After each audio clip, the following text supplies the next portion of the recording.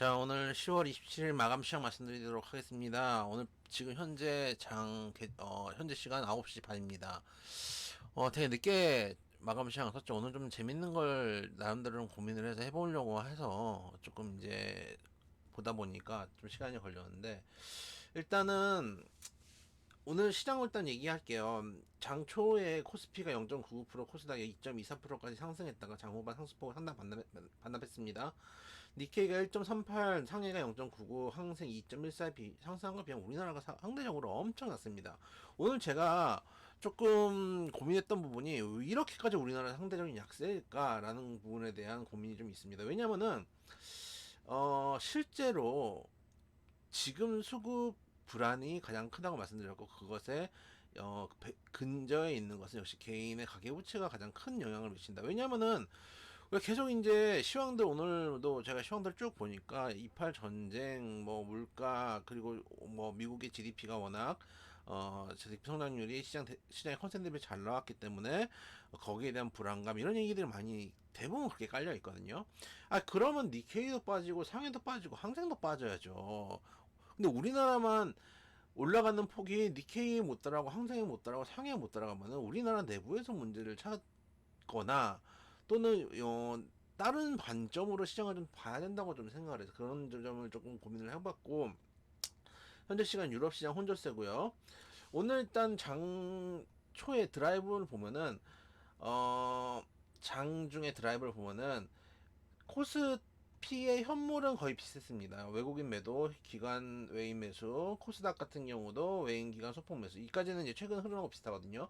선물이 좀 달랐어요. 기관 일단 매수세가 강하게 들어왔다는 게 좀 달랐고, 어제까지만 해도 기관이 2,100억 매도를 했는데 오늘 2,300억 매수를 했다는 게 좀 달랐고, 재밌는 거는 오늘 딱 주가의 흐름과 선물의 외국인 드라이브 하는 흐름이 되게 비슷해요. 장초에 쭉 꼽았다가 밀어내리니까 우리나라 딱 분봉이 이렇게 움직였거든요. 그래서 역시 확실히 지금 시장은 외국인이 드라이브를 하는 시장이다라는 거 우리가 한 번 더 확인을 해볼 수 있었다.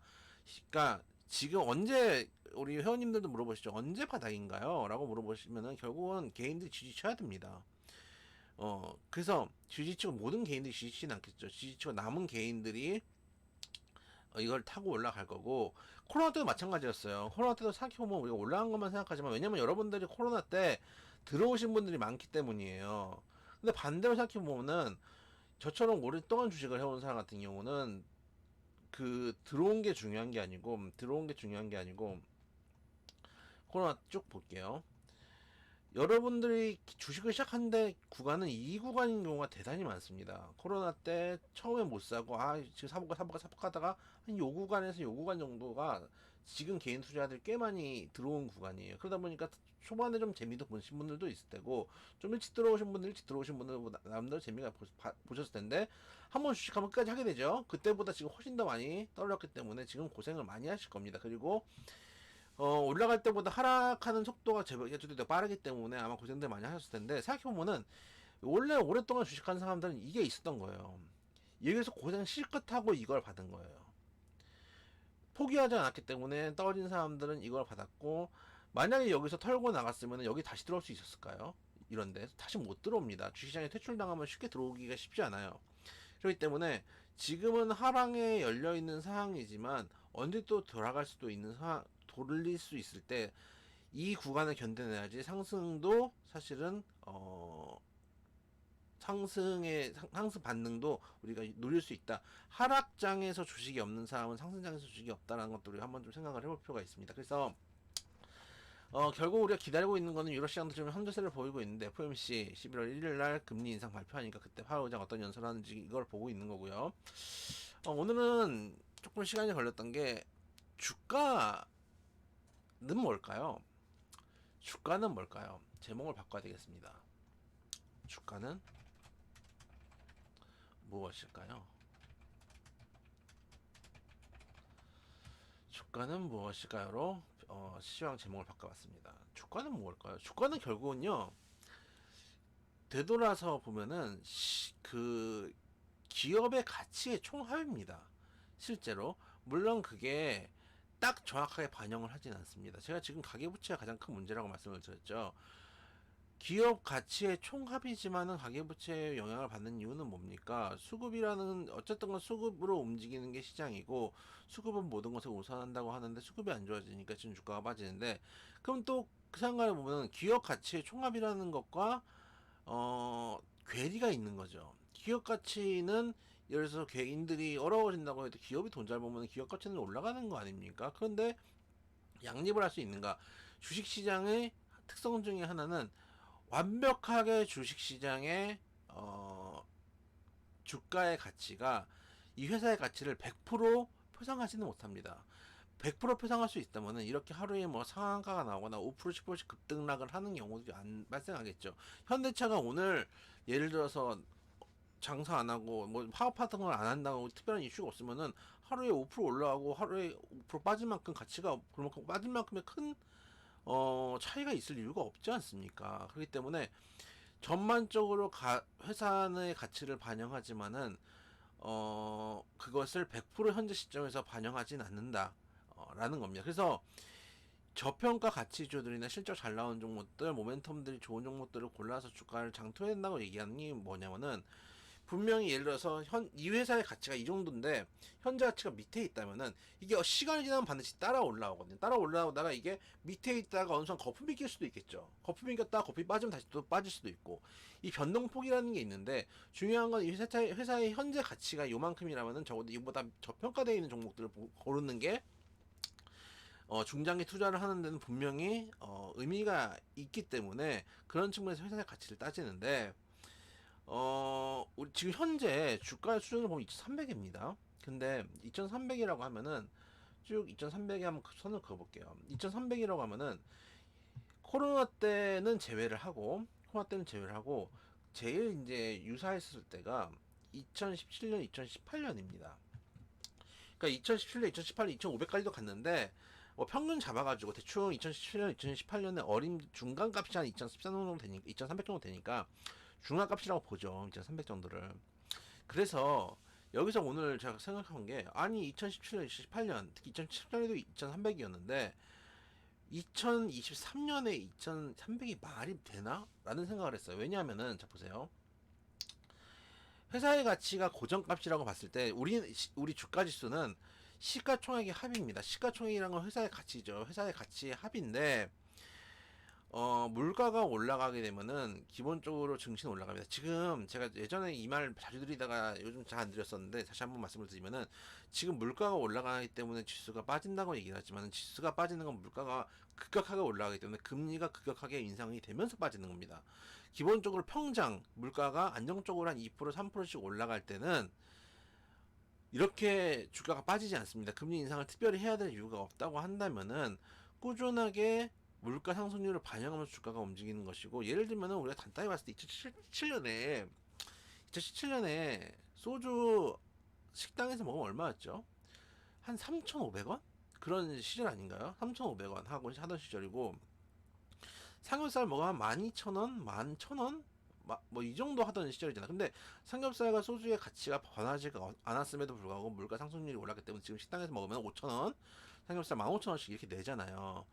마찬가지로 회사의 가치가 변함이 없다라고 가정을 했을 때 지금 회사의 가치는 물가 상승률 때문이라도 올라가 있어야 됩니다. 주가는요. 왜냐?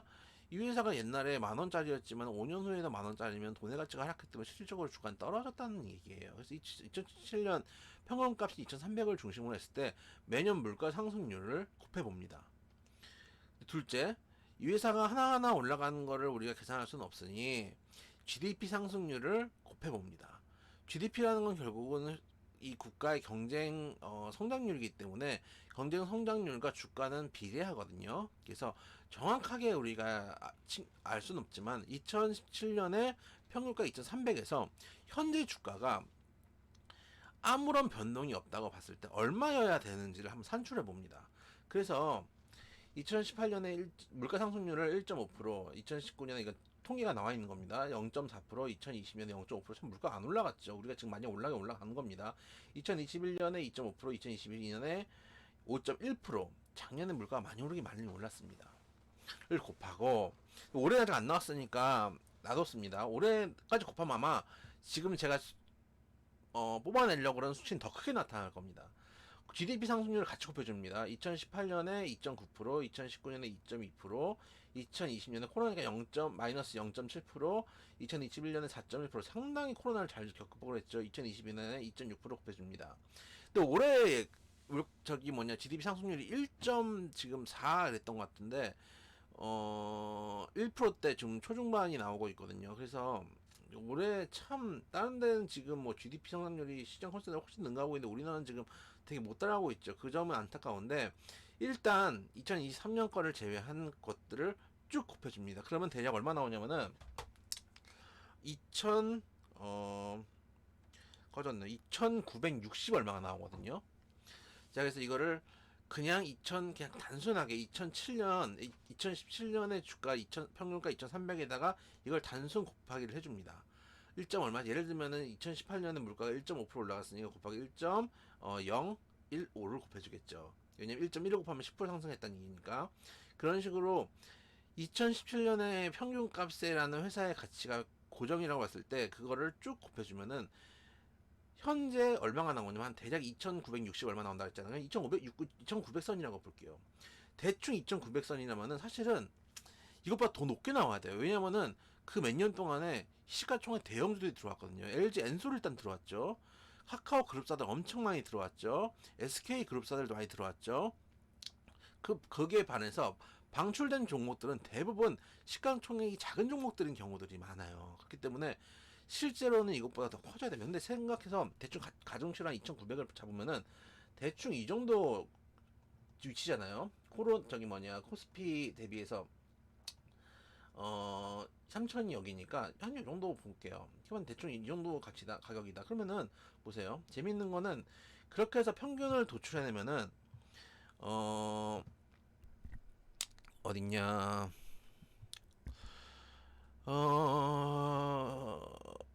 해외 증시 차트를 어디다 팔아먹었나? 있다.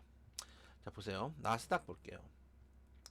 나스닥의 월봉상 위치가 여기잖아요. 대충 고점 대비해서 현재 위치가 이 정도인데 일봉으로 볼까요? 일봉은 지금 땡겨지지가 않아서 그 키움은 고점상 위치하고 우리나라 이제 전체적인 흐름이잖아요. 이때 이제 버블이 꼈다가 올라왔다가 내려가는 이 구간하고 거의 비슷해집니다. 거의 비슷해집니다. 어, 보시면은 니케이 같은 경우 니케이가 뭐 전고점을 돌파했으니까 미국만 볼게요. 그러면 미국만 봤을 때 2,900선 잡으면은 대충 나스닥 올라갔던 자리에다가 현재 지금 빠지고 있는 부분까지 계산한다면은 거의 균사값이 나옵니다.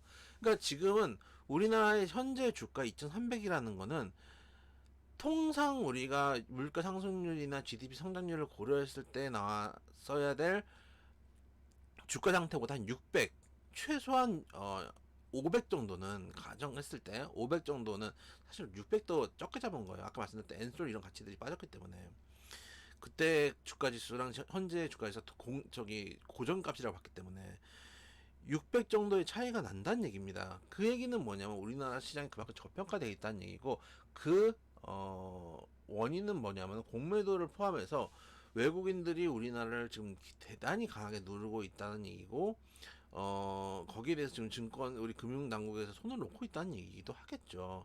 지금 서두에 말씀드렸지만은 언제 올라갈까? 개인들 주식 쳐야 됩니다. 근데 그런 시장이 어디 있어요? 개인들을 괴롭혀가지고 떨궈내고 저가에 최대한 담아간 다음에 나중에 끌어올려서 한참 올라간 다음에 개인들한테 던지고 나가는 그런 시장.